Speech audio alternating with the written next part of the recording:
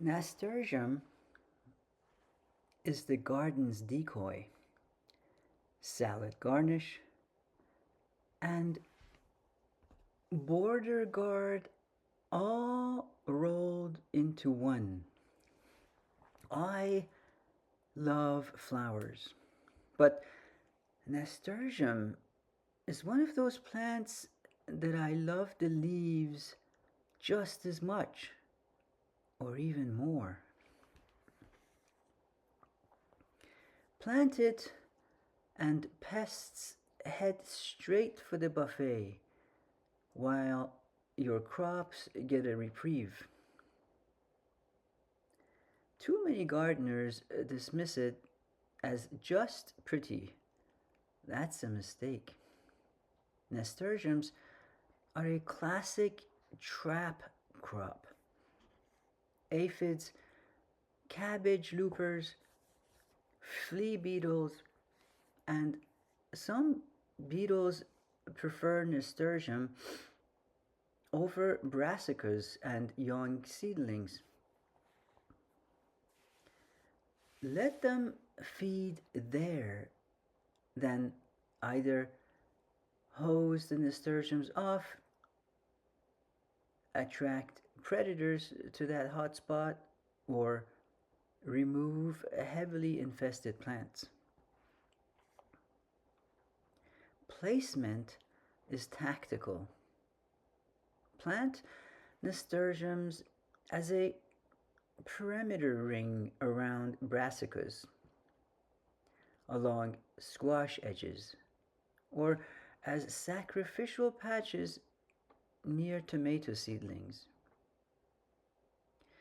For brassicas, stagger nasturtiums every 12 to 18 inches long, the front edge, so the pests encounter the nasturtiums before the cabbage.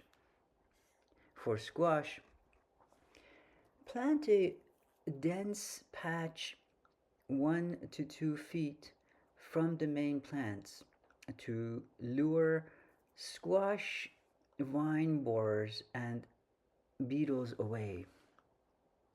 For tomatoes, plant several pots of nasturtiums at the sunny side. Tomato pests will often check the nasturtiums first. Timing. Sow after frost when soil is warming. Nasturtiums sprout in 7 to 14 days and bloom quickly, perfect as an early season decoy. Succession sow small patches every 4 to 6 weeks to keep blooms and the trap active.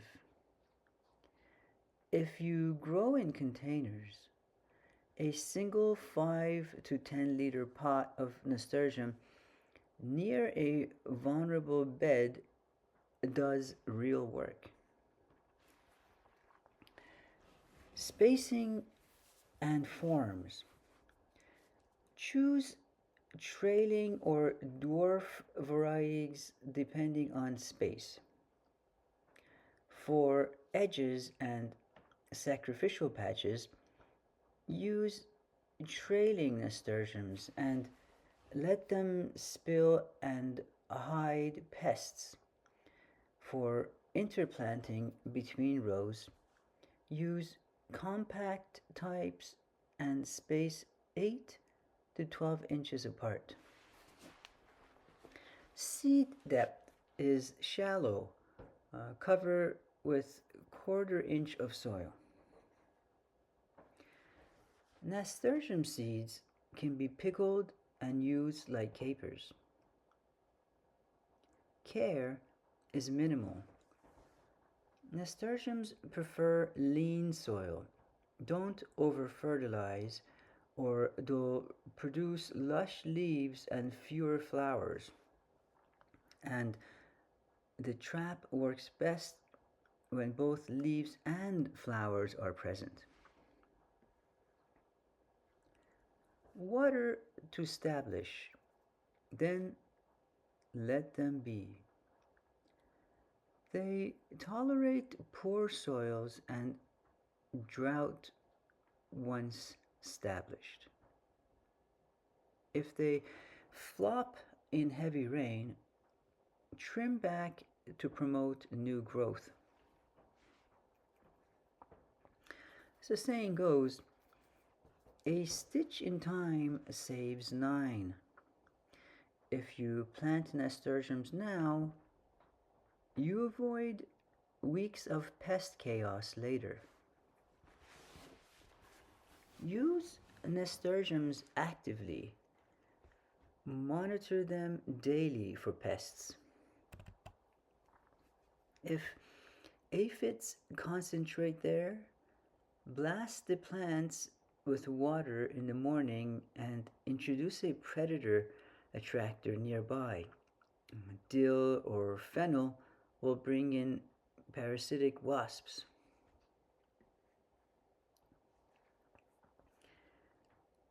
For heavy infestations, remove the worst plants and compost them away from the beds. Don't assume nasturtiums will eliminate pests alone. Use them as part of an integrated approach. Pairings that work best. Brassicas and nasturtiums at the edge, squash and nasturtium patches, tomatoes and pots of nasturtium on the sunny side, and beans and nasturtium interplanted for color and occasional aphid decoying.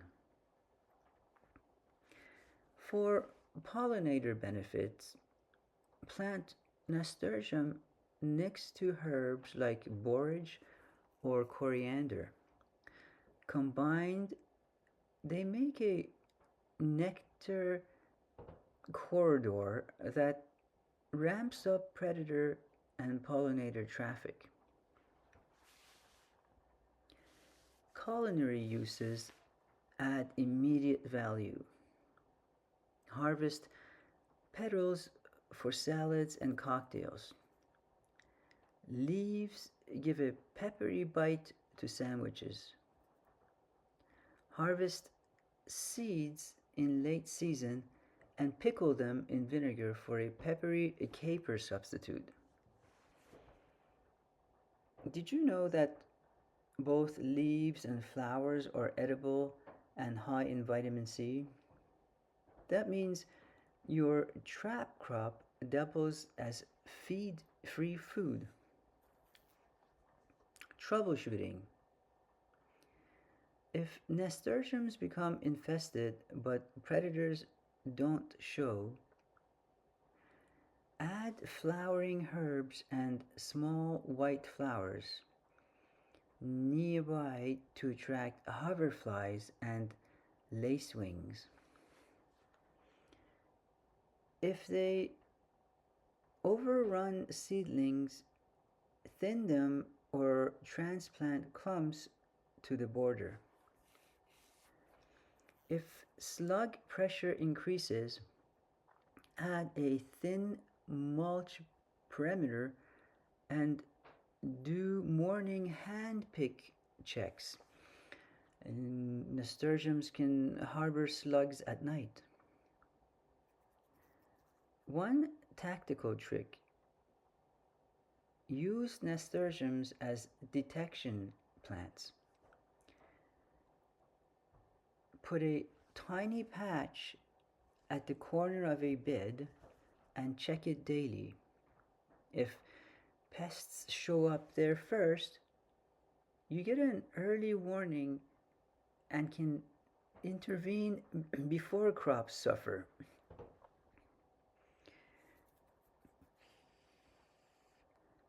If space is tight, grow nasturtium in window boxes or hanging baskets. and position them toward the vulnerable plants. Even a single pot shared between two beds will divert enough pests to reduce damage. Final nudge. Sow nasturtiums this week at the edge of your most pest prone bed. Watch them bloom, watch pests relocate, and taste a few petals for proof. Take a before photo of the bed now and check back in 2 weeks. Note pest locations and plant health. Let me know if you have any comments or suggestions for a future episode. Thanks for joining me at my off grid humble homestead in the forest. If you liked this episode, you know what to do, and I thank you.